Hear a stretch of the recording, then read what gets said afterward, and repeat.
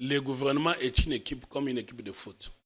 Nous alignons une équipe de foot pour faire développer le pays en fonction des talents et d'expertise. Et dans une équipe de foot, même si vous avez 11, comme en France, qui doivent être tous noirs, alors que nous sommes dans un pays à majorité blanc, parce qu'ils sont meilleurs, on le prend. Maintenant, regardez, maintenant vous avez favorisé avec votre régime parlementaire, histoire de, autorité, comment on les appelle? Autorité morale. Autorité morale, c'est quoi? C'est quelqu'un qui a détourné l'argent et qui s'est amassé beaucoup d'argent et qui introduit cet argent en politique par faire élire ses larbins ou ses esclaves comme députés, c'est lui qui paye leur argent pour qu'il aille se faire élire. Et ça amène la corruption. Tout le monde sait aujourd'hui que pour devenir député ou sénateur, il faut corrompre. Et le montant est connu. Tout le monde en parle. Les prix à devenir député est connu. Que ce soit au niveau d'élections dans des provinces, que ce soit dans les recours devant nos cours et tribunaux. On connaît que quand tu fais un recours, tu dois payer à la justice autant. On connaît que quand tu vas en province, tu dois payer autant. Donc, ce régime parlementaire a conduit à quoi? Comment voulez-vous que vous soyez dans un pays où une personne qui n'a qu'une seule maison vend cette maison pour devenir député? Mais si tu vends une maison pour devenir député, c'est parce que tu es rassuré qu'en devenant député, tu en achèteras beaucoup plus ou mieux que tu quitteras Massina pour être à Gombe. Voilà les calculs politiciens. Mais quand vous êtes dans un régime présidentiel où le président nomme une équipe pour sauver le pays, il va nommer les experts sans tenir compte de leur poids, ce qu'on appelle poids politique au sein de l'Assemblée. Et vous me demandez tout à l'heure, mais vous êtes expert, pourquoi vous n'êtes pas au gouvernement? Mais comment je suis au gouvernement? Parce que je ne suis d'aucune famille politique et donc je n'ai pas ce qu'ils appellent poids politique.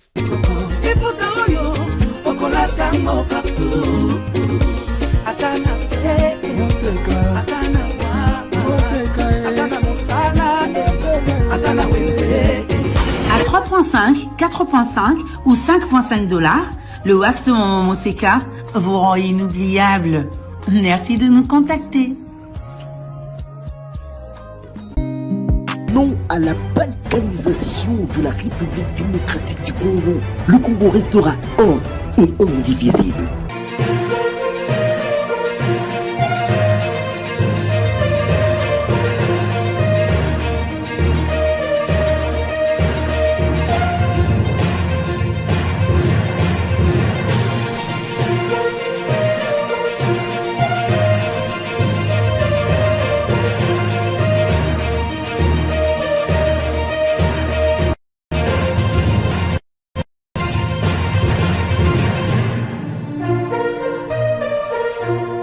Bienvenue sur votre chaîne.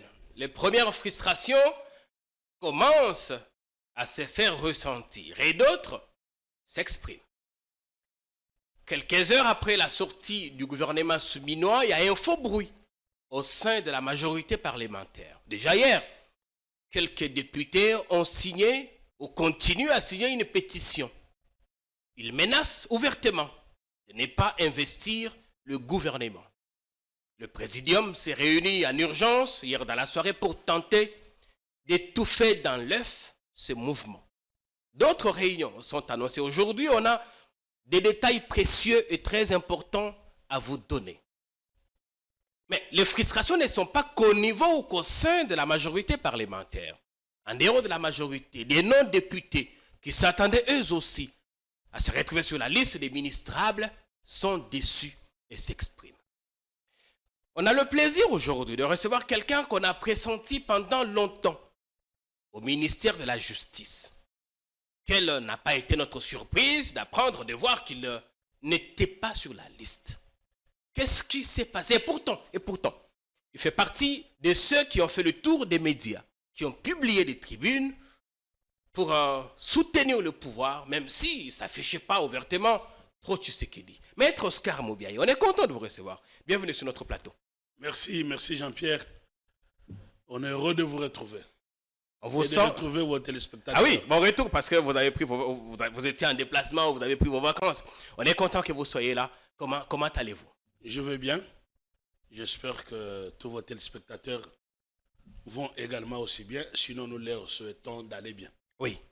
On vous sent plutôt embarrassé, au point qu'on se demande si vous êtes vraiment du haut de votre forme, Maître Mobiaï. Non, je suis à l'aise et du haut de ma forme. À l'aise, mais déçu. Non, déçu pourquoi? Pourquoi déçu? Pourquoi? On vous attendait au gouvernement. Vous étiez pressenti ministre de la Justice. Mais écoutez, ce n'est pas vos téléspectateurs ou l'opinion qui estime que je pouvais être ministre de la Justice qui nomme. C'est le président de la République qui nomme et quand il nomme, on lui fait confiance. Je crois que... Votre nom a circulé les dernières heures avant la publication du gouvernement. À ce moment-là, dans quel état d'esprit étiez-vous? Non, je ne me suis jamais intéressé ou sollicité à être ministre. Mais sinon... Vous n'avez pas été contacté? Non, je n'ai pas été contacté pour bon, vous ne le direz pas de toute façon ici, à l'antenne, Maître Oscar Mobiaï. Les internautes se moquent de vous autant que certains se moquent d'Eliezer Tamboué, même si on sait que les ambitions sont légitimes. Écoutez, nous travaillons pour la nation et nous n'attendons pas en retour des postes ministériels. Et on peut servir sa nation là où on se trouve et je suis à l'aise dans ma robe d'avocat. Quand on sait que vous vous êtes beaucoup donné, corps et âme. On ne se donne pas pour devenir ministre. Vous avez été en campagne pour Félix Tshisekedi. Vous êtes allé prêcher Tshisekedi sur vos terres en Demba, chez vous, où il n'y a même pas de route. Mais écoutez, nous sommes allés chez nous en Demba et évidemment, au nom de l'État de droit en marche, l'ONG que je coordonne, nous avons appelé à voter le président Tshisekedi. Nous en sommes heureux parce que nous avons estimé qu'il était le mieux indiqué en ce moment-là pour présider à notre destinée. Et vous savez, quand on va élire un président de la République, ce n'est pas par rapport à ses ambitions personnelles, c'est d'abord parce qu'un homme d'État est celui qui ne pense pas aux échéances électorales, mais qui pense aux générations futures. Donc nous avons estimé que... Ça, c'est l'idéal. Mais chez nous, on pense aux prochaines élections, on pense à son poste, à sa famille, à son ventre. Enfin, dans la plupart des cas. C'est pour ça qu'on a peu d'hommes d'État chez nous, malheureusement.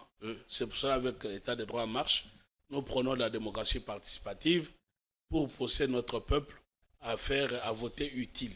Et le choix de M. Tshisekedi a été un vote utile, puisque nous considérons que nous avons eu l'alternance avec M. Tshisekedi, l'alternance la première depuis notre histoire du pays, et que cette alternance pacifique, nous devions l'accompagner. C'est pour ça que nous avons mis en place l'État de droit en marche, parce que avec Tshisekedi, nous avions cette chance d'entrer dans un État de droit, et l'État de droit, nous devons l'accompagner.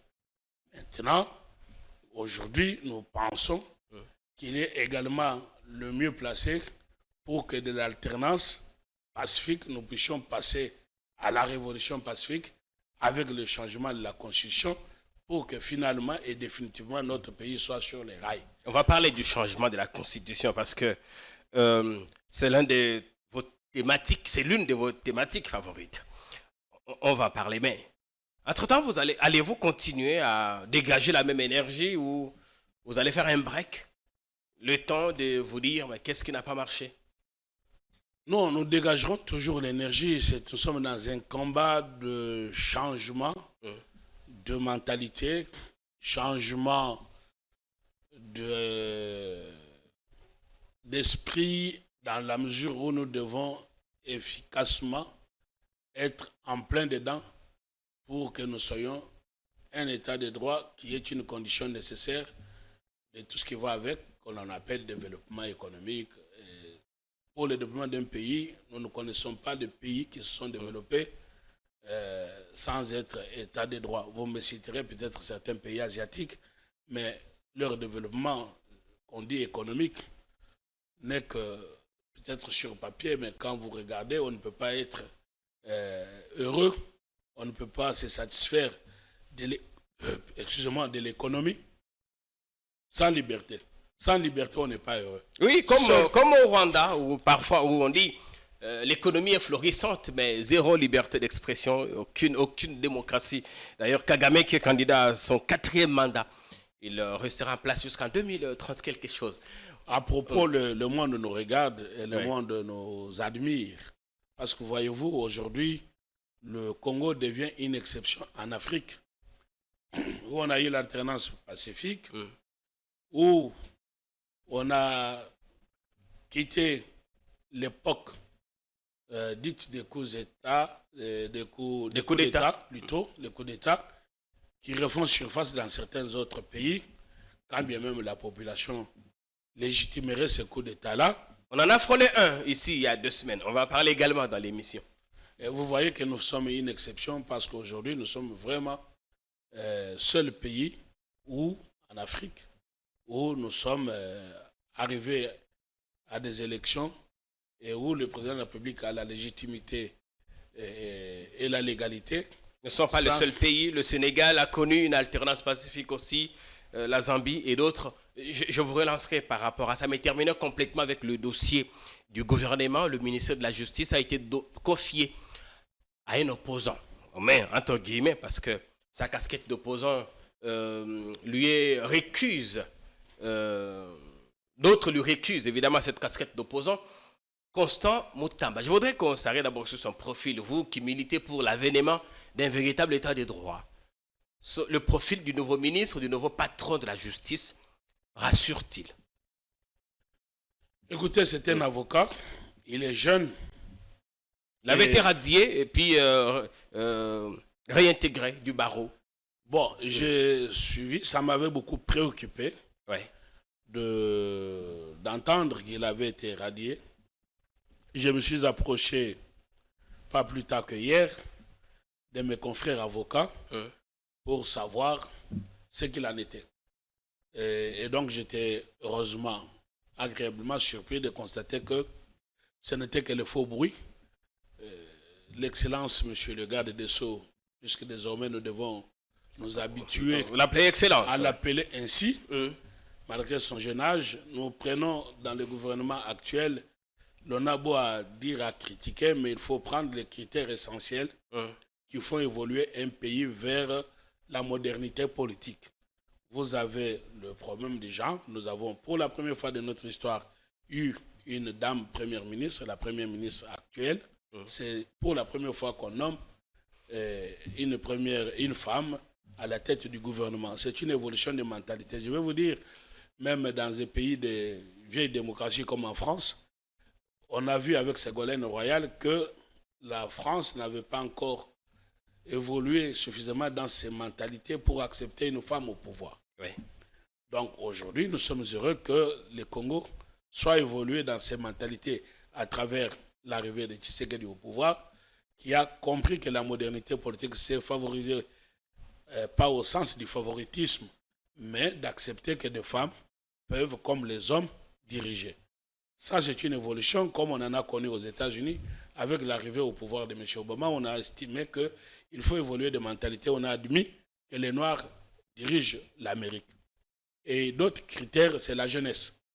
Bon, bien que peut-être vieux politiquement, parce que Mutamba, ce n'est pas un jeune politicien. OK? Bien que j'ai vu... Mais il est sur la scène quand même depuis une dizaine d'années. Ouais, ben voilà, parce que maintenant, si on va le prendre comme... dans son évolution politique, on va dire peut-être que dans le passé, il était avec vous. Il était au FCC, pas avec moi. Je ne suis membre d'aucun mouvement politique. Bon, ici. Merci. On vous colle cette étiquette dans votre ligne éditoriale. J'ai cette idéologie, oui, mais je ne suis membre d'aucun mouvement politique. Je suis heureux de noter que vous n'êtes pas un journaliste engagé alors. Non, je suis engagé contre la corruption, le détournement. Oui, la gabegie, oui. Là, on vous acclame et on vous félicite dans votre combat. Engagé aussi contre la balkanisation. Ben voilà, c'est ce que j'allais dire, parce que vous êtes non à la balkanisation, mais nous verrons qu'avec le changement de la Constitution, si nous voulons qu'on change cette Constitution aujourd'hui, c'est parce qu'elle favorise la balkanisation. Donc nous y reviendrons, comme vous avez dit. Donc, Le gouvernement, de façon globale, 54 membres contre 57 avant. Beaucoup disent qu'on a pris trop de temps, comme Maître Diakese qui était ici. On a pris trop de temps pour produire au finish un simple remaniement avec toutes les anciennes têtes et tout, couronnées qui reviennent, tous ou presque. Mais ça, c'est le problème de la Constitution qu'il faut changer. Problème de la Constitution. Oui, parce que le président de la République n'a pas les mains libres pour pouvoir mettre en place un gouvernement par rapport aux contingences politiques. Vous étiez en train de dire tout à l'heure qu'il y a des députés qui sont en train de menacer de ne pas investir les gouvernements. Oui. Ça, c'est parce que nous sommes dans un régime qui n'est pas adapté à nos mentalités, qu'on appelle le régime parlementaire. Il nous faut sortir de ce régime-là. Et quand nous allons mettre en place un régime adapté à nos mentalités, qui est le régime présidentiel, le président ne prendra pas beaucoup de temps parce qu'il va nommer son équipe. On a eu un régime présidentiel dans ce pays. À quoi nous a-t-il conduit? Non, on a eu un régime présidentiel. C'est une expérience que nous avions déjà expérimentée. Oui, exactement. Avec Mobutu, bien entendu. Oui. Parce que quand nous accédons à l'indépendance, l'expérience de la démocratie avec Kasavubu, ça n'a pas pris long feu. Le pays a été rapidement replongé dans les coups d'État avec Mobutu, de 65 jusqu'à son départ. Mobutu a pratiqué évidemment un régime présidentiel qui a glissé vers ce que l'on appelle le présidentialisme. La peur que l'on avait, c'était que le régime présidentiel glisse vers la dictature. On était déjà là. Bon, mais le régime parlementaire peut aussi glisser vers la dictature de l'Assemblée. Vous êtes en train de le dire. L'avantage dans un régime parlementaire ou semi-présidentiel, c'est que le pouvoir peut arrêter le pouvoir. L'on se contrôle mutuellement. Le président peut dissoudre l'Assemblée. L'Assemblée et le Sénat peuvent destituer le président. On se regarde. Mais là, vous voulez qu'on confie le pouvoir à une seule personne. C'est là que certains disent, mais vous êtes nostalgiques, les Mobutistes, ou les enfants des Mobutistes. Vous voulez nous ramener à presque combien d'années? 25, 26 ans en arrière. Écoutez, moi, j'apporte une analyse qui n'est pas politicienne. Nous partons d'abord du passé. Parce qu'on ne peut revenir au présidentialisme que si l'expérience du passé a été une bonne chose. Non, voilà, ce n'est pas seulement l'expérience du passé, mais il faut aussi tenir compte du contexte qui a fait que nous en soyons là. D'abord, à tort, on a considéré que pendant la guerre froide, il nous fallait des régimes forts. Et les régimes forts, c'était des dictatures. Et l'on a pensé à tort que le régime présidentiel était adapté à la mentalité pour un régime fort. Ce qui est faux. Parce que pour avoir un régime fort, ce n'est pas question de régime. Si vous voulez, nous n'avons que deux types de régimes au monde, scientifiquement parlant. On a le régime présidentiel et on a le régime parlementaire. Oui. Dans le régime parlementaire qui a été mis en place par les Anglais, leurs enfants, qui sont les Américains, en s'affranchissant des Anglais, ils ont dit faisons autre chose que nos oncles et ils ont mis en place le régime présidentiel. Mais il faut comprendre que dans un régime présidentiel, comme dans un régime parlementaire, il y a toujours la collaboration des pouvoirs. Donc, il n'y a jamais eu ce que l'on appelle séparation des pouvoirs à tort parce que Montesquieu n'a pas entendu parler de séparation des pouvoirs. Il a voulu, c'est par erreur de langage qu'on dit séparation des pouvoirs, mais il a voulu que les pouvoirs... Il y a une collaboration. Qu'il y ait collaboration de pouvoirs. Parce que Montesquieu qui a tout enfanté, parce qu'il a dit « je n'ai point été enfanté ». Il a tout créé, il était un mécanicien. Et il a estimé que comme dans une chaîne, que chaque maillon entraîne l'autre pour que le pays aille de l'avant. C'est comme ça que dans tous les régimes, qu'ils soient parlementaires, semi-présidentiels ou présidentiels, il y a les mécanismes de collaboration pour permettre que le pouvoir arrête le pouvoir. Donc, il n'y a pas un régime, mais un régime doit être adapté aux mentalités. et retour sur expérience. Dans notre cas. Pourquoi voulez-vous qu'on fasse ces reculs? Pourquoi? Ce n'est pas un recul. Recul démocratique. Retour sur expérience, l'on constate que le régime parlementaire n'a pas fonctionné. Comment ça, il n'a pas fonctionné? Je vous le démontre. Vous avez eu 5 ans, non? Non, nous avons eu combien de provinces? Nous avons 25 provinces. Plus Kinshasa. D'abord, c'est une erreur. Pourquoi on dit 25 provinces plus ville-province? Quelle est la différence entre province et ville-province? Kinshasa est une province. Mais maintenant, parce que notre constitution a été rédigée par les non-juristes, notamment on attache beaucoup plus cette constitution dans son œuvre à M. Bob Kabamba, qui n'est pas juriste, qui est un sociologue. Et on dit que c'est une constitution qui a été rédigée à Liège, donc en Belgique. Il n'est pas le seul, il y avait une importante commission qui avait été mise en place. Je vous mets à défi de me dire quel est le célèbre juriste qui a été là. À ma connaissance, je ne connais pas. Donc, quand vous prenez maintenant... Il y a eu notamment le professeur Auguste Mampouya, qui a travaillé lui aussi. Qui est un grand professeur, sauf qu'il est internationaliste. Il n'est pas... lui, il a fait le droit international. Oui, et la Constitution, c'est un problème du droit interne. Mais il a enseigné la Constitution aux Français pendant plusieurs années. Bon, écoutez, moi, je n'entre pas en ça. Oui. Je reconnais au professeur Mampouya. Je n'aimerais pas à chaque moment de l'histoire que ça puisse paraître comme si je suis toujours opposé à lui. Mais je suis opposé aux idées.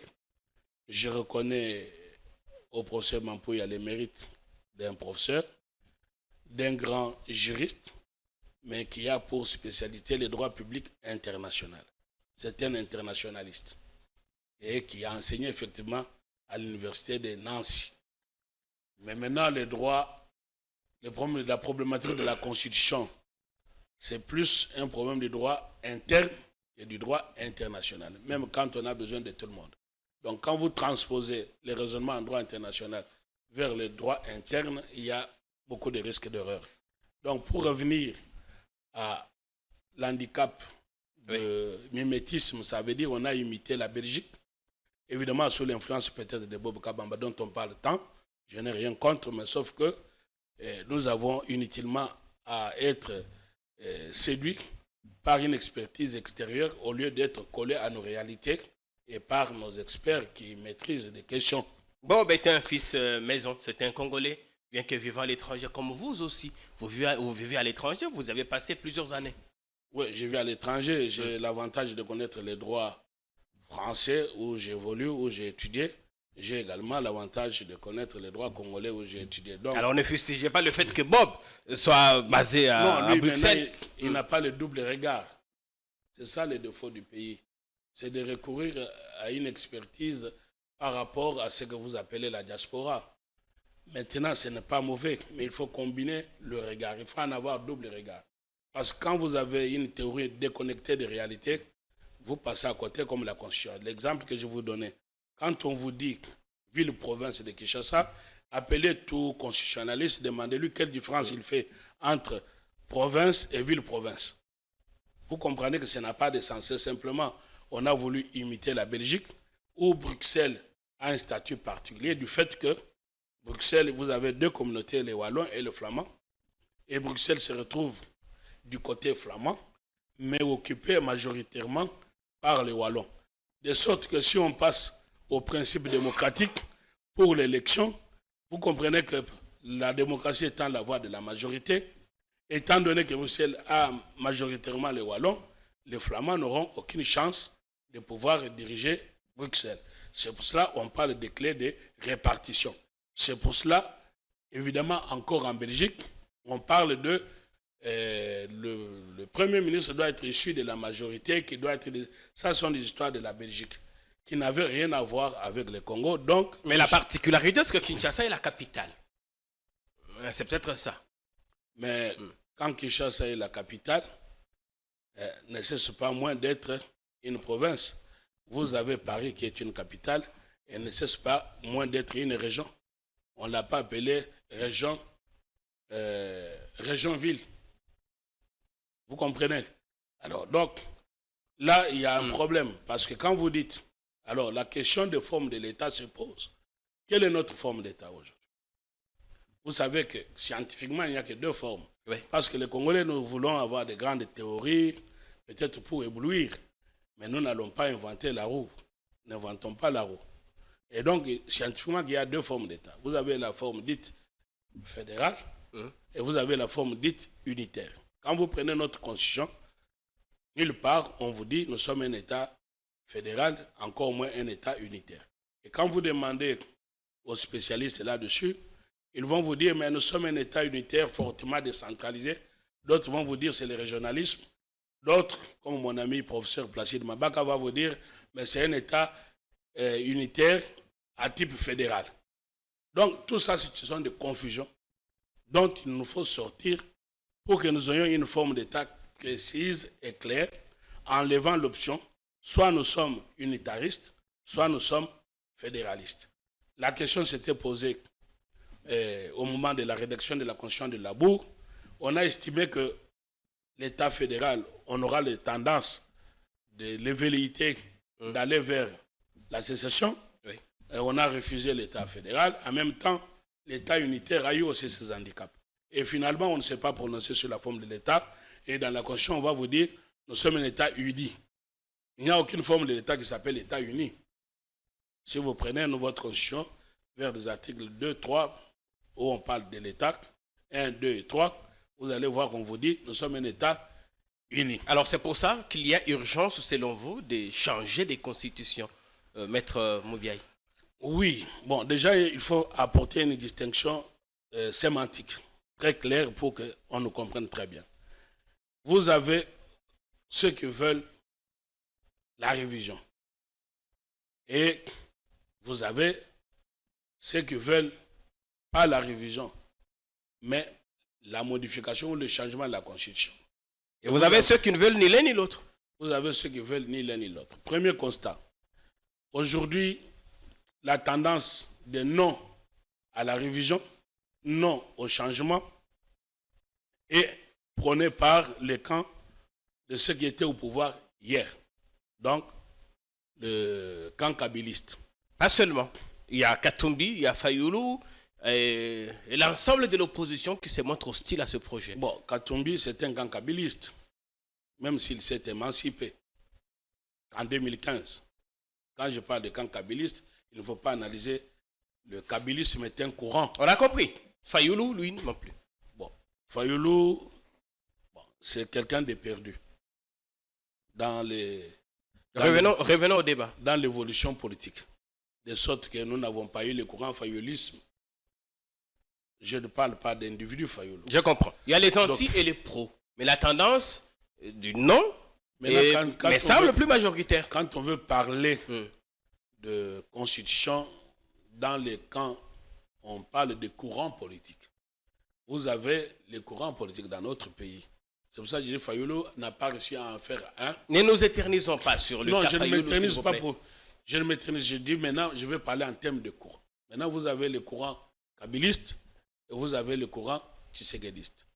Donc, dans ce courant kabiliste qui était au pouvoir hier, quand on demandait par ceux qui sont aujourd'hui au pouvoir, qui étaient opposants hier, dont les Fayoulou, ils disaient non à la révision constitutionnelle ou à son changement. Félix Tshisekedi, Vital Kamerhe et tous les autres ont dit non à son temps. Non.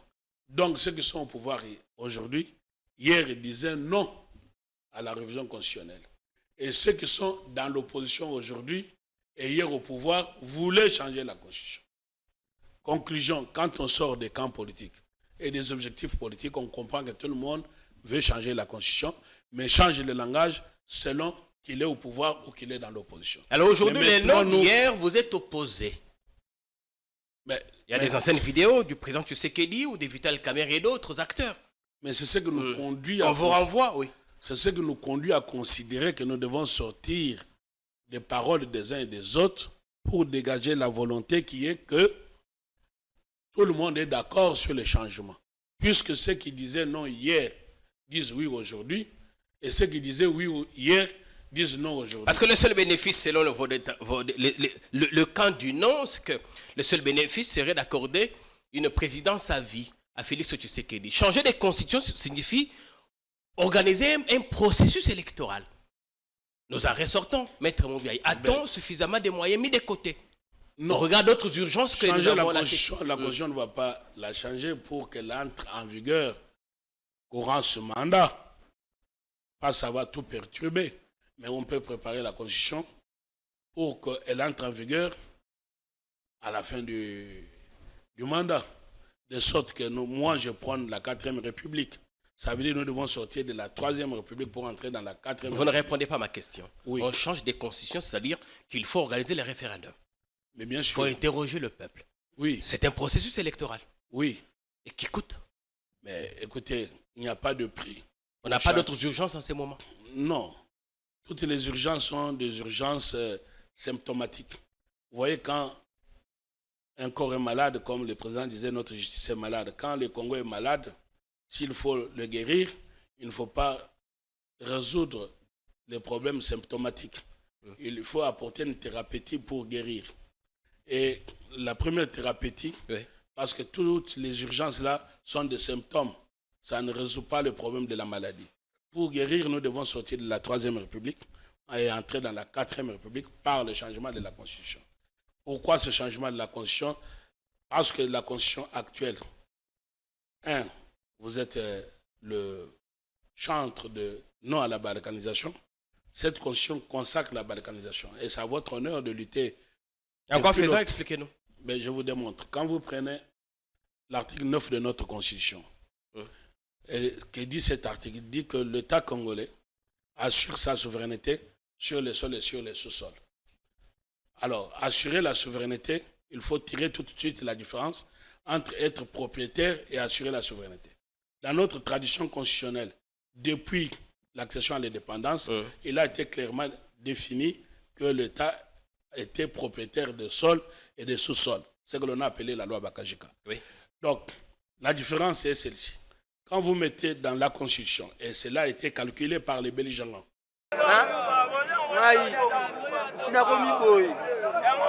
Pour la famille, la mère. Je 6 fois prison, je joue à 24 ans. Moi, je suis makasi. L'État a pris une décision pour que métier, misala, tozonga. Message yana ezalira pour tika mabe. Pour moi, l'âge n'a 24 ans d'âge. 6 fois prison. On dit pour l'an 2016. L'âge n'a 2016. Si le 2024, la salle a ramabé. Aoulou allé. L'État tient sur ma banque. Donc nous sommes sala. Nenga kimia, nenga bomoko. Nalibu amulopanda avuna kezilo kwa mulosi njambe. Bongana leka funa iba. Njambe. Una fifa kafa sala mabe. Konyo kukangola njambe. Na masiko njambe ngope akima wala ngai. Njambe akima wala ngapula motoki na ngai bana na ngabakola na motoki na ngai. Na makasi na ngai.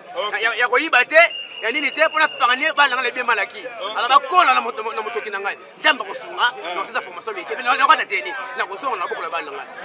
Ne pona iba te ne fa discipline militaire. Elle avait un bongo ne ba oza mabe o malamu. Timi ko ko ina ke ndolo na sa mabe. Amo fata mwana o. Linga na ngai. Ona tiki na vitu nga bob kifoye. Général bob kifonga yo. Na bi ande ko mo tika libanda. Bo changer. OK. Bo changer. Bo luka musala. Biso to ka musala to mona moyo ko za musala ngwe za kite. Tiko njamba se songolu. Otamba o sa mbemba bo bakangio. Po ekende elle lave yo mais moi ozo mutasika. To boko la bana biso. Boko bana le bema la kitu famille le bema la kitu. Ala par grâce de Dieu. Jambe asugi biso lelo. To ke musala soda. Toute la formation de matricule, tout le monde dans discipline militaire, tout ce qu'on a famille, tout le monde matricule à l'état Fatih Beto. Na Sénégal na maman nanga acha susiminte kuna ya zangi pamba na ke musala na ya ozonga na kanaki kokoma place otie. Na Nzambe ka asunga abatela minga kolobesa te. Merci mingi. Makasi. Ouais, qui continue qui yanki. Lo ya mo. Biso beto kei.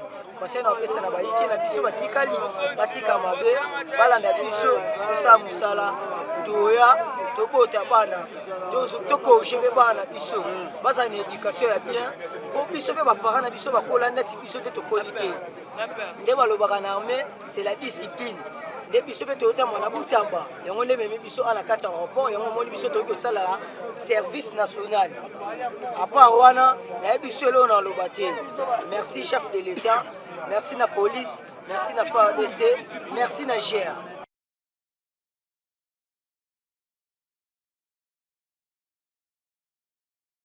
Quand vous mettez dans la Constitution que l'État assure la souveraineté, une souveraineté peut se perdre. L'exemple de nos territoires de l'Est, quand nous les perdons, nous n'assurons plus la souveraineté sur ces territoires perdus, dans la mesure où c'est la rébellion qui fait la loi là-bas. Mais nous sommes convaincus et rassurés. C'est là pourquoi nous devons accompagner de manière vraiment totale, sans qu'il y ait clivage, parce que ce n'est pas le problème d'ordre politique. Nous devons soutenir notre armée. Et nous espérons, nous sommes confiants qu'un jour, nous allons reprendre nos territoires perdus. Ce n'est qu'un momentané. Mais vous comprenez que la souveraineté, on peut la perdre. Mais par contre, la propriété ne se perd pas. Alors pourquoi dans la Constitution n'avoir pas dit, comme on avait toujours affirmé, que l'État congolais est propriétaire du sol et de ce sol? Changement de la Constitution, nous allons mettre clairement que l'État congolais est propriétaire du sol et de ce sol. Juste ça? Non, pas juste ça. Je suis en train de vous démontrer comment notre Constitution a consacré la balkanisation. On est qu'au niveau de la sémantique, mais le fond reste le même. Mais le fond, il est très important. Je vous dis que dans la Constitution, à l'article 9, il est dit que l'État assure la souveraineté. Au lieu de dire l'État est propriétaire. Être propriétaire et assurer la souveraineté en droit, c'est très différent. La différence est que la souveraineté peut se perdre, mais la propriété ne se perd pas. OK. Maintenant, je vous démontre qu'avec l'article 9, plus loin que vous allez aller, on vous dit on peut perdre la souveraineté, on assure la souveraineté à l'article 9, que l'État assure la souveraineté sur les sols, mais plus loin à l'article 217, on va vous dire que l'État peut signer un accord en cédant sa souveraineté au nom de la paix. Et on va vous dire par... Et ça, vous dites que c'est fait par des belligérants. Mais oui, mais alors ça a été fait dans les dessins de nous prendre le pays. On a retrouvé cette disposition dans toutes les constitutions, y compris celle des 67, rédigée par Étienne Tshisekedi. Et allez, comment il s'appelle? Écoutez, là je comprends d'où vient la confusion, et cette confusion malheureusement est...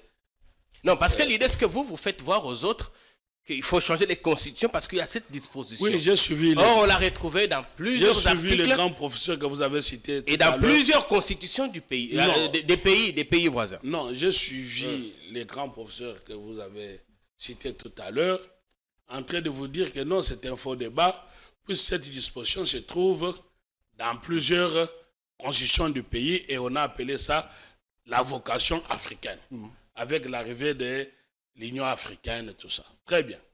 Mais c'est pour ça, là, de ce point de vue-là, c'est un internationaliste que vous dites. Sauf que... Mais pour céder nos terres, il faut passer par les référendums. Non, sauf que non, on ne peut pas céder des terres, à aucun cas. Il n'y a aucun cas où on peut dire... Oui, justement, mais il y a cette conditionnalité. Non, il faut exclure l'hypothèse. Aucun peuple ne dort et se réveille en train de dire qu'un jour, nous ne pouvons par référendum céder nos terres. Non, une terre ne se cède pas. Un territoire, on ne le cède pas. Et donc, ce qu'on vous a dit, c'est une confusion totale, un amalgame dans la mesure où, quand on dit cette disposition qui prône la place du Congo au concert des nations africaines, ce que l'on a appelé la vocation africaine, la grandeur du Congo pour pouvoir être comme la locomotive qui va ramer. Et vous avez dit, comme je crois Frantz Fanon qui disait, que les Congo a la forme des revolvers dans la cachette. Tout ça, c'est des bons slogans qui sont bien. Mais cela veut dire quoi? Cela ne veut pas dire que nous devons... Ça, c'est favoriser la coopération régionale. Et nous devons prendre cette place de leadership que nous n'avons pas. Ça, oui. Mais maintenant, la disposition a été dans cet objectif. Mais cette disposition n'était pas combinée avec moindre possibilité de céder notre territoire parce que à l'article, je crois que c'était souvent l'article 3, on affirmait que nous sommes propriétaires du sol et du sous-sol. Donc, il n'y a aucune disposition au Congo jusqu'à 2006, date anniversaire de notre malheur par cet acte de constitution que je considère un cheval de Troie dans nos murs. Depuis notre accession à l'indépendance jusqu'à cette fameuse constitution de 2006, jamais tout constitutionnaliste a défi de venir discuter avec moi. La tradition constitutionnelle était que l'État congolais est propriétaire. Mais en 2006, on passe de la notion de propriété pour passer à la notion de la souveraineté. Vous comprendrez que quand vous me dites que dans toutes les constitutions, il y avait cette disposition qui disait qu'on peut signer les accords, mais cette disposition était isolée, n'avait pas à être combinée avec une autre permettant la possibilité de voir nos territoires céder. Donc voilà un peu. Ce que je veux dire clairement, nous devons revenir à dire que l'État assure est propriétaire du sol et du sous-sol. Voilà.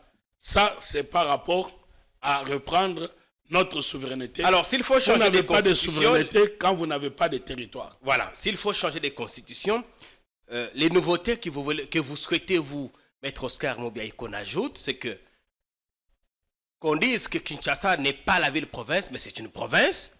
Qu'on dise que l'État n'est pas souverain, mais plutôt propriétaire des terres. Juste ça, c'est ça? Non. Ou s'il y a d'autres éléments, dites-les nous. Il y a d'autres. Alors, en ordre utile. Oui. Nous voulons d'abord... Du premier au dernier, allez-y. Pour ceux qui nous suivront, peut-être qui nous prendront des cours. En ordre utile. Nous devons d'abord dire ceci. On parle d'une révision constitutionnelle quand on ne bouge que quelques articles.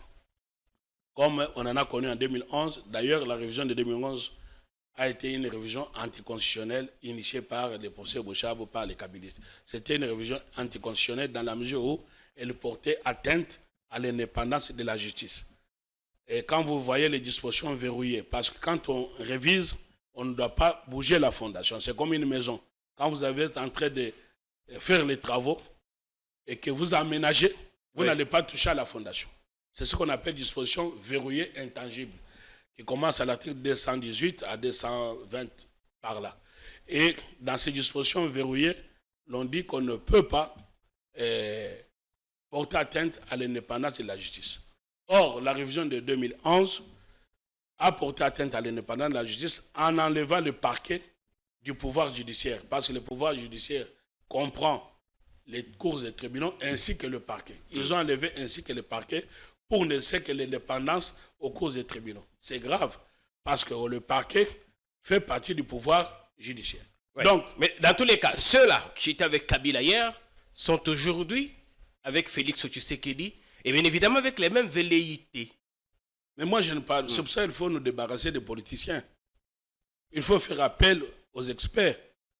Et il ne faut pas changer la Constitution ou la réviser dans le calcul politicien. Je vous ai dit, la Constitution, c'est pour des générations futures. On ne vit pas pour soi-même. Et il y a Saint Augustin qui disait, chaque jour nous mourons, chaque jour nous nous transformons, mais nous croyons éternels. Nous ne sommes pas éternels. De toute façon, personne d'entre nous ne fera sur Terre plus de 120 ans ou 150 ans. Donc, voilà la Constitution américaine. Combien d'années? Ou des siècles. Donc, c'est parce que ceux qui l'ont conçu pour les générations futures. Qu'est-ce que vous voulez qu'on change? Donc, ce que je veux qu'on change. Quelles sont les nouveautés que vous apportez? Ce que je veux qu'on change. Donc, au lieu de parler de révision, je vous avais dit que la révision... Vous voulez qu'on change carrément? Qu'on passe de la 3e à la 4e République? Évidemment. Voilà. Ça nous permet quoi? Ça nous permet de faire sauter ce qu'on appelle les dispositions verrouillées. Encore, la notion... C'est ça que vous cherchez à contourner? Non, on ne contourne pas. D'abord, la notion des dispositions verrouillées, en doctrine scientifique, elle est battue en brèche par la théorie de supraconstitutionnalité prônée par Carl Schmitt. Donc, dire qu'on ne peut pas réviser la Constitution, c'est un leurre. La réalité, on peut réviser la Constitution. Elle dit elle-même qu'elle est révisable, mais seulement qu'on ne touche pas aux fondamentaux. Vous avez dit vous-même que quand on réhabilite une maison... La Constitution, c'est quoi? C'est un pacte national. Oui. Notre vouloir vivre en disant que nous voulons telle forme. Nous voulons telle forme de l'État. Je vous ai indiqué qu'est-ce qu'on veut changer nous devons nous déterminer sur notre forme de l'État. Et quand je parle de la forme de l'État, ce n'est pas seulement la question sémantique des villes-provinces. Non, c'est tout simplement la question de démontrer que quand on a démembré notre État en province 7 et on a mis à la tête de ces provinces 7 les régimes de type parlementaire, de sorte que les provinces n'ont pas fonctionné, avec des motions de censure, les provinces n'ont pas fonctionné. Ça nous a ramené dans les désordres total au plan juridique où les actes d'assemblée, donc les assemblées provinciales, on a vu ces actes-là annulés par le Conseil d'État, tantôt par la Cour constitutionnelle, alors que ces actes d'assemblée ne peuvent pas être susceptibles de recours. C'est des confusions la plus totale. Donc, le régime parlementaire n'a pas fonctionné au plan provincial, tout comme au plan national, avec des motions que vous-même vous avez, pas vous, et les politiciens eux-mêmes ont qualifié de motions alimentaires. Et ça conduit à quoi? À l'instabilité institutionnelle. Donc, retour sur expérience, la forme parlementaire du régime, je sais que nous sommes dans un régime dit semi-présidentiel, qu'on peut aussi appeler semi-parlementaire. Parce que quand vous dites semi-parlementaire, présidentiel, il faut appeler aussi semi-parlementaire. Donc, sauf que nous combinons les deux mécanismes du régime présidentiel et du régime parlementaire.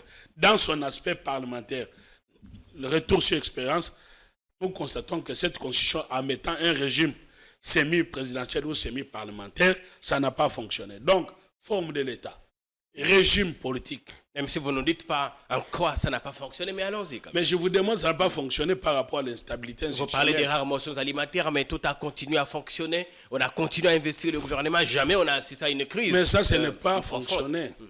Nos provinces ont été amenées à des crises régulières et répétitives. Au niveau provincial, oui, mais pas au niveau national. Mais même au niveau national. Mais au niveau national, nous avons connu les divorces FCC cash. Ça a bloqué le pays pendant 2 ans. Au niveau national, aujourd'hui, sortie du gouvernement, 6 mois. Et là, vous me dites qu'on menace que le gouvernement ne soit pas investi. Tout ça, c'est quoi? Les régimes parlementaires. Si nous n'étions pas dans un régime parlementaire et que nous entrons dans si on a mis 6 mois, c'est aussi parce que les politiciens tenaient à bien se partager les gâteaux. Certains sont même mécontents. Pourquoi on fait la politique? Pour partager le pouvoir. Alors, n'attribuez pas ça à la Constitution. Non, c'est la Constitution. Pourquoi la Constitution? La Constitution vous met à l'article 78. Le président de la République nomme le Premier ministre au sein de la majorité. Et si la majorité, il n'y a pas, on doit identifier.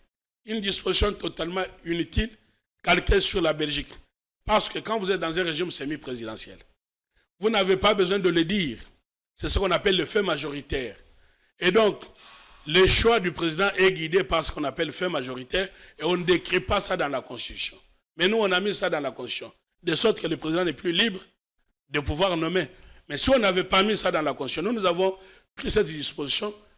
C'est une copie conforme de la... J'ai suivi avec intérêt M. Chadari, sauf qu'il a dit d'autres inepties. Mais au moins, il avait raison de dire que notre Constitution était une copie conforme de la Constitution française. Mais en Constitution française, il n'y a pas cet ajout-là. On dit seulement que le président de la République nomme et puis démêle le Premier ministre de ses fonctions. C'est pour cela qu'il est monarque.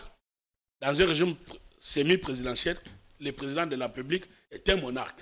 Il nomme et il chasse le Premier ministre. Et il n'a pas besoin de dire, on n'avait pas besoin de dire au sein de la majorité. Ça, c'est pour les problèmes ethniques. En Belgique, j'ai dit exprès ethnique parce qu'en Belgique, les Occidentaux, quand nous avons des problèmes chez nous, on dit que c'est un problème ethnique. Et quand ils ont les mêmes problèmes chez eux, entre Wallons et Flamands, on dit que c'est un problème communautaire. Pourquoi? Donc c'est pour ça que j'ai dit qu'ils ont aussi des problèmes. La suite. Donc, pour dire qu'on n'avait pas besoin de mettre à l'article 78 que le Premier ministre, c'était inutile. Ça, vous l'avez déjà dit. En sciences pures du droit constitutionnel, on appelle ça le fait majoritaire et ce n'est pas écrit dans la Constitution.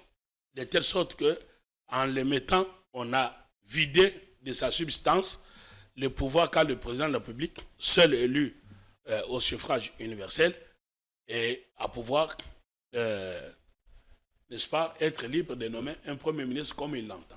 Et aujourd'hui, conséquence, c'est quoi? Vous avez parlé sur Mobutu. Pourquoi? Parce que Mobutu n'avait pas était dans un régime présidentiel, malheureusement, qui a glissé vers le présidentialisme.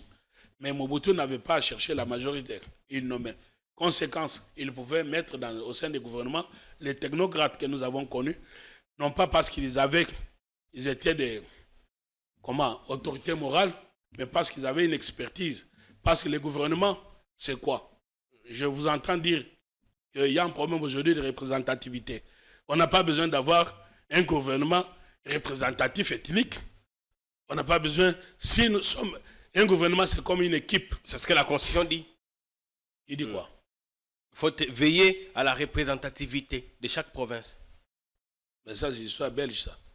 C'est pour ça qu'il faut sortir de là. Le gouvernement est une équipe comme une équipe de foot. Nous alignons une équipe de foot pour faire développer le pays en fonction des talents et d'expertise. Et dans une équipe de foot, même si vous avez 11, comme en France, qui doivent être tous noirs, alors que nous sommes dans un pays à majorité blanc, parce qu'ils sont meilleurs, on le prend. Maintenant, regardez, maintenant vous avez favorisé avec votre régime parlementaire, histoire de, autorité, comment on les appelle? Autorité morale. Autorité morale, c'est quoi? C'est quelqu'un qui a détourné l'argent et qui s'est amassé beaucoup d'argent et qui introduit cet argent en politique par faire élire c'est l'Arbin ou ses esclaves comme député, par celui qui paye leur argent pour qu'il aille se faire élire. Et ça amène la corruption. Tout le monde sait aujourd'hui que pour devenir député ou sénateur, il faut corrompre. Et le montant est connu. Tout le monde en parle. Les prix à devenir député est connu. Que ce soit au niveau d'élections dans des provinces, que ce soit dans les recours devant nos cours et tribunaux. On connaît que quand tu fais un recours, tu dois payer à la justice autant. On connaît que quand tu vas en province, tu dois payer autant. Donc, ce régime parlementaire a conduit à quoi? Comment voulez-vous que vous soyez dans un pays où une personne qui n'a qu'une seule maison vend cette maison pour devenir député? Mais si tu vends une maison pour devenir député, c'est parce que tu es rassuré qu'en devenant député, tu en achèteras beaucoup plus ou mieux, que tu quitteras Massina pour être à Gombe. Voilà les calculs politiciens. Mais quand vous êtes dans un régime présidentiel où le président nomme une équipe pour sauver le pays, il va nommer les experts sans tenir compte de leur poids, ce qu'on appelle poids politique au sein de l'Assemblée. Et vous me demandez tout à l'heure, mais vous êtes expert, pourquoi vous n'êtes pas au gouvernement? Mais comment je suis au gouvernement? Parce que je ne suis d'aucune famille politique et donc je n'ai pas ce qu'ils appellent poids politique.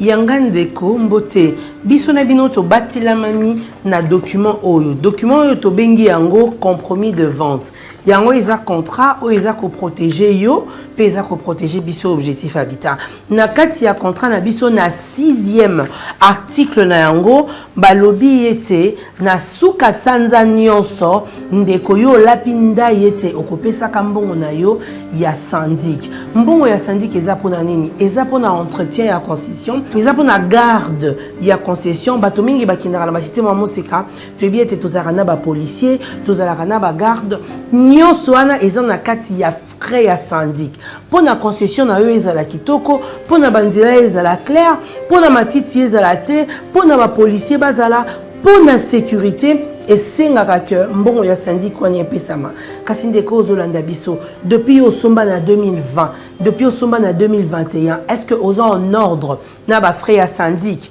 toyebi te frais ya syndic ezalaka $20 le mois pe $240 l'année yango sika objectif habitat ebeleli na baacquéreur na ye nyonso mutu nyonso ayebi ki asomba na cité mama mosika oyo aza en ordre na bapaiement nyonso oyo esi asilisa oyo aza kocontinue na niongo to mpe oyo aza kutu deja na mikanda oyo asalaki mutation à partir ya lundi mutu akozala en ordre te na frais ya syndic akozala lisusu na accès na basité mama mosika te to préciser à partir ya lundi accès pekisami na ndeko nyonso aza en ordre te na 6e article ya compromis de vente na biso akozala lisusu na accès na kati ya cité mama mosika te tokopesa bato ba badge tokopesa bato ba document oyo kozala kopesa yo autorisation ya kokende na kati ya cité ya kolakisa ba policier ya kolakisa ba garde po te ba mona que yo za en ordre pe ozala na kati ya accès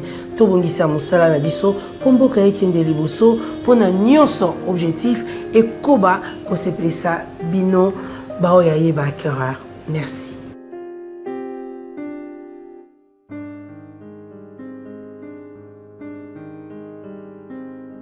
Objectif Habitat, votre objectif.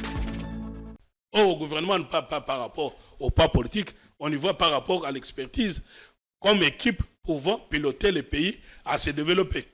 Maintenant, quand on vous dit représentativité, mais la représentativité dont la Constitution a parlé, ce n'est pas cela. Mais comment est-ce possible que dans un pays où nous avons 26 provinces, vous parlez représentativité? Prenons, allez, on dit qu'il y a trop de Kassaïens. Bon, laissons les Kassaïens. Prenons les Katangais, parce que j'ai entendu un confrère qui est de l'ensemble. Maître Diakessé, Hervé. Mais qui est très mal placé pour parler de sujets comme ça. Parce que ça nous amène des souvenirs douloureux dont il doit partager, ne fût-ce que l'héritage par rapport à son père. Voyez-vous? Donc, on doit savoir, c'est comme aujourd'hui, vous avez... Ne remuons pas le couteau dans la plaie. Bon, donc... Et il avait fini par demander pardon, et s'excuser Gabriel Kyungu, que son âme repose en paix. Ben, c'est pour ça que je ne veux pas y entrer, mais écoutez, nous ne devons pas être complaisants. C'est comme vous voyez Hitler venir, son fils venir et dire que je vous demande pardon à l'Allemagne. Vous savez qu'en Allemagne, il est interdit de faire nommer son enfant au nom d'Hitler. Quand il y a épuration ethnique, on ne peut pas venir dire qu'on va tuer la population et venir dire... Revenons au sujet, vous pensez-vous non, c'est le sujet. Qu'il est important? C'est le sujet pourquoi? C'est le sujet dans la mesure où vous parlez de tribalisme. Donc, quand maintenant qu'il y a un gouvernement, on parle de tribalisme, ça voudrait dire qu'on est considéré qu'un ministre doit être d'un coin, d'un territoire quelconque. Alors, je prenais les Katanga. Quand vous dites que la représentativité, prenons les Katanga. Quand vous êtes au Katanga, vous nommez un ministre, on doit dire Katanga se retrouve. Mais ce ministre de Katanga-là, quand on arrive au Katanga, il a sa tribu. Il est Imba, il est Ronde, il est ceci. Donc les Imba vont dire, nous ne retrouvons pas chez les Rondes. Quand vous allez chez Ronde, vous allez trouver encore la subdivision. Alors avec votre représentativité ethnique, vous irez où? Parce que quand vous prenez au plan régional, vous êtes Kassaïen. Quand vous arrivez à Kananga, on va vous renvoyer à Ndemba, votre village. Quand vous arrivez à Ndemba, dans votre village, on va vous envoyer dans votre village. Le territoire et ensuite le village. Alors, votre représentativité ethnique, c'est un non-sens. Un gouvernement, le président de la République, a été élu par le peuple pour le peuple d'abord. Qu'ils aient à manger, que leurs enfants se soignent, qu'ils aillent à l'école. Et pour cela, on doit mettre une équipe pouvant permettre d'atteindre cela. Et non pas parce que Mobutu, on disait qu'il était le président de Ngwandi. Aujourd'hui, il est parti. Chez les Ngwandi, est-ce que les Ngwandi tous ils se sont retrouvés? L'Équateur s'est retrouvé? La réponse est non. Donc sortons de cette mentalité tribale ethnique. Et sortons également dans le piège de notre constitution. On vous dit qu'on doit favoriser la minorité. Mais au Congo, qui est minoritaire? On va vous dire que ce sont les Badiamoulengue parce qu'on va, de par leur faciès. Mais un Moulouba, quand il passe ici à Kinshasa, tout le monde sait que ça c'est un Moulouba, de par sa morphologie. Ça, on sait que ça c'est un Congo, de par sa morphologie. Pourquoi vous pensez que les Badiamoulengue sont minoritaires? Par rapport à qui? Donc vous comprenez que ça sont des histoires dont il faut se débarrasser de notre constitution. Et pour nous débarrasser de ça, vous m'aviez posé la question, forme de l'État, régime politique, indépendance de la justice. Je vous ai parlé de la forme de l'État, il n'est pas défini dans notre constitution. Conséquence de ce que l'on a appelé État unitaire fortement décentralisé, ça n'a pas fonctionné. Et donc, forme de l'État. Première condition essentielle et utile pour le pays. Première revendication pour changement de pays. Régime politique. Le régime parlementaire n'a pas fonctionné. Soyons sérieux. Revenons au régime présidentiel. Nous ne sommes plus pendant la guerre froide. Le régime présidentiel, on craignait et on l'avait mis en place pendant la guerre froide. Mais vous pouvez tout dire contre Mobutu. Au moins, à son avantage, on retiendra l'unité nationale. Ça, c'est le régime présidentiel. Maintenant, on va vous dire la démocratie à l'occidentale, que Mobutu était dictateur, Kadhafi était dictateur. Mais aujourd'hui, vous voyez, les nostalgiques de Mobutu sont là. C'est lui-là même qu'on a appelé dictateur. Et ceux qui sont arrivés, 80% des politiciens congolais, ont été nourris et ont été mobutistes et n'ont pas combattu Mobutu. On dit aujourd'hui, c'est le retour des mobutistes et leurs enfants aux affaires. Donc, voilà. Ils sont tellement nostalgiques qu'ils veulent retourner, revivre. La fameuse dictature dont vous parlez, ça, ce sont des Occidentaux qui ont dit qu'il y avait dictature aussi. Mais si aujourd'hui, les Congolais, par régime parlementaire, est plutôt présidentiel, et que Tshisekedi, ayant tous les outils du pouvoir, pour pouvoir, et avec une constitution qui lui permet d'avoir tous les moyens de sa politique pour donner à manger, les peuples vont l'acclamer. Mais si vous le mettez dans cette contingence d'un régime qui ne lui permet pas d'exercer le pouvoir, d'être qu'un président figurant, de sorte que quand il choisit Jean-Pierre Kayembe comme ministre de la Communication, et Jean-Pierre Kayembe, on va dire non, ça ne passe pas parce que... Et pourtant, c'est lui qui préside le Conseil des ministres, c'est lui qui fait tout. On a même vu, la présidence financer des projets la réponse les genoux, 100 jours et tout ce qui va avec. On est déjà dans ce présidentialisme sur le plan pratique, sans l'être sur le plan de la réponse de la loi. Quand on ira à l'Assemblée nationale, il y aura des problèmes politiques et ça ne passera pas. Donc, changement de régime. Forme de l'État, changement de régime politique, et puis enfin, indépendance de la justice, parce que vous parlez de Tchilégelou, ça va pour soulever le problème de la justice. Indépendance de la justice. Mais avec la révision, je l'ai déjà dit, il nous faut que le parquet retourne dans le pouvoir judiciaire parce qu'ils ont fait des réformes, n'ont rien compris. Ils ont pensé que le parquet ne dit pas la loi. Or, pour parler de juge, ce n'est pas par rapport à son statut, c'est par rapport à la décision qu'il prend. Et la décision grave que l'on prend, c'est priver à quelqu'un de sa liberté. Contrairement à la France, parce qu'ils ont voulu imiter bêtement la France, alors que je suis avocat français, ils pouvaient nous demander, nous allons leur dire comment ça fonctionne en France. Ils ont voulu imiter la France en disant que nous enlevons le parquet du pouvoir de l'indépendance. Or, le parquet au Congo arrête quelqu'un tout de suite, l'envoie en prison pendant 5 jours, qu'on appelle le MAP. En France, on ne peut pas, le parquet n'envoie pas quelqu'un en prison. C'est le juge qui envoie quelqu'un en prison. Mais chez nous, le parquet envoie quelqu'un en prison.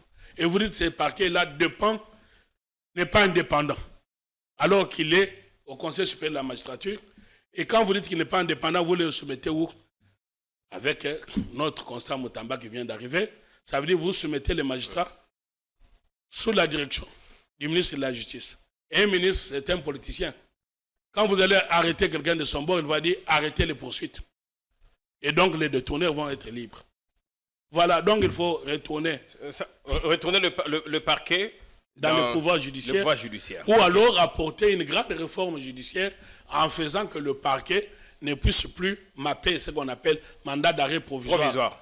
Ok, il faut, soit on va dire maintenant que désormais, avant que quelqu'un soit envoyé à Makala, parce que chez nous, les juges interviennent qu'au bout de 5 jours après, alors que tu as déjà fait 5 jours à Makala. Vous imaginez Jean-Pierre Kayembe.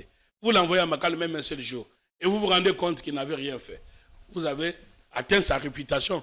Or, lui ne vit que par rapport à sa réputation et son honneur. Si on enlève à Jean-Pierre Kayembe l'honneur et la réputation, qui va encore suivre son média? Si on le suit aujourd'hui, c'est parce qu'on a confiance en lui, on le trouve sérieux dans son travail. Et vous allez pour une erreur, parce qu'il a critiqué un ministre, on dit envoyez-le à Makala, comme ça. Et il sera à Makala, il va être libéré. 5 jours après, on n'en parle plus. Alors que si il faut qu'il soit devant les juges, on est garanti dans la liberté. Donc avant d'aller à Makala, ça ne doit pas être le parquet, ça doit être les juges. Donc voilà. Tout ça pose, et nous espérons... Il faut toucher également la durée et au nombre de mandats. Parce que certains plaident pour que l'on passe du quinquennat au septennat. Non, je ne suis pas d'accord sur l'allongement de la durée de mandat parce que la volonté de notre peuple, c'est qu'on n'éternise pas au pouvoir. On ne s'éternise pas au pouvoir. Donc, je suis pour 5 ans, et voire même moins de 5 ans. Sur le nombre de mandats, je suis pour qu'on reste sur les 2 mandats. Et enfin, quand vous parlez de nombre de mandats et consorts, la vraie question qui se pose aussi, c'est que l'on craint qu'en changeant la Constitution, on permettra le retour des anciens présidents. Pourquoi vous parlez de Tshisekedi sans parler de Kabila? Parce qu'il n'y en a que 2. Donc si on change, ne dites pas les Kabilistes qui disent ça, qui disent que si on change, on risque de voir Kabila revenir. D'abord, est-ce que l'actuel les lui interdit ça? Non, vous avez compris que eux-mêmes les Kabilistes ils disent Kabila désire qu'il revienne. Mais alors pourquoi vous dites, vous avez peur de dire si on change, Tshisekedi va revenir et vous ne dites pas Kabila pourra revenir? Donc non, c'est simple. Dans cette crainte-là, on peut y mettre fin en disant si telle est la volonté du peuple, on va dire tout simplement que dans la 4e République, les anciens présidents, ils ne sont que 2, on sait de qui on parle, ne pourront plus être candidats président dans la 4e République. C'est juste un petit article. Ça résout le problème. Pourquoi on doit en faire un problème? Tu sais que dit tout comme Kabila, parce que c'est la crainte justement de l'opinion que l'on accorde une présidence à vie, que l'on fasse du pays une monarchie. On a fini, maître Oscar Moubiaï. Vous avez la parole peut-être pour 1 minute ou 2 pour votre mot de la fin. Mais je vous remercie pour cette opportunité et cette occasion que vous me donnez pour encore une fois m'adresser à vos téléspectateurs qui souvent n'ont pas souvent été gentils avec moi, considérant que j'ai une couleur politique. Je n'en ai aucune. Nous parlons pour la nation. Et donc, j'ai indiqué ma position par rapport au grand débat qu'il y a sur le changement de la Constitution. J'en appelle à toute personne qui pourra, parce que ce qui est grave dans notre pays, c'est que chacun prêche pour son église seul. Non, c'est un débat public d'intérêt national. Je vois un de vos collègues qui dit débat pour la nation. Mais débat pour la nation, vous n'appelez pas seulement des gens monolithiques. Le débat, c'est une contradiction d'idées. Et donc, je pense que je serai heureux un jour de voir les gens qui sont passés par devant vous, qui seraient contre ce que j'avance, pour un débat contradictoire. On va s'y mettre. Vous trouvez quelqu'un qui saura peut-être vous mettre KO en plein plateau. Bon, le but, ce n'est pas d'être KO.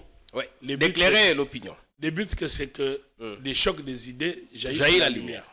Merci bien. Merci, maître Oscar. Je voulais dire, si vous me permettez une seconde, qu'aucune déception par rapport au fait que je ne sois pas au gouvernement. S'il y a des gens qui les réclament, ils n'ont qu'à s'adresser au chef de l'État et je leur remercie de leur sympathie à mon égard où ils me trouvent ministre surtout de la justice. Je dois rassurer que moi, ministre de la justice, la justice cessera d'être malade. Elle sera tout de suite guérie. Et vous, ministre de la justice, elle cessera d'être malade. Tout de suite, la thérapeutique, je donne la thérapeutique. Il dirait de soigner notre justice 1 mois. 1 mois. Quand vous m'invitez prochainement, je vais vous dire de quoi souffre quelles sont les maladies dont souffre notre justice et quelle est la thérapeutique à y apporter. Mais maintenant, nous devons mettre tout ça à la contribution de notre ministre garde des Sceaux actuel. Monsieur Constant, à qui nous souhaitons bon vent. Merci bien à vous, maître Oscar Moubiaï. L'émission est finie pour aujourd'hui. Prenez bien soin de vous, du Congo aussi. On se retrouve avant la fin de la journée pour un autre numéro axé sur d'autres thématiques. Continuez à vous abonner comme vous le faites si bien. Salut.